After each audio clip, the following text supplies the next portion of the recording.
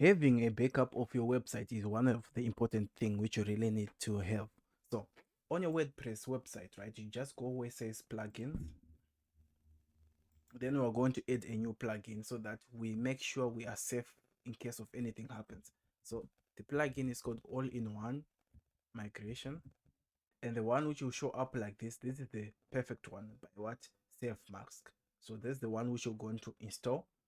After installing, the next thing is actually activating the plugin, making sure that it's running on your computer. So now that our WordPress website have refreshed, right, we are actually going to go under all-in-one migration.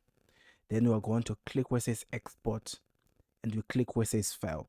So this option is actually making the WordPress website being backed up on your computer. Maybe you're doing on your phone, it's gonna go on your files on the phone.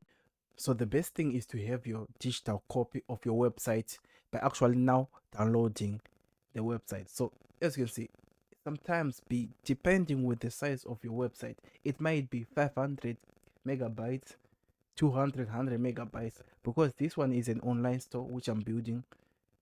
So far it's got 500 megabytes. So just after the file is downloaded, right, you make sure you go and locate where the file is. After locating it, right, you just copy it. Make sure to save the file in a folder that you will remember. For me, in this case, in a folder called WordPress. And now, let's say in the next time, if I want to import my website back, all I need to have is all-in-one migration.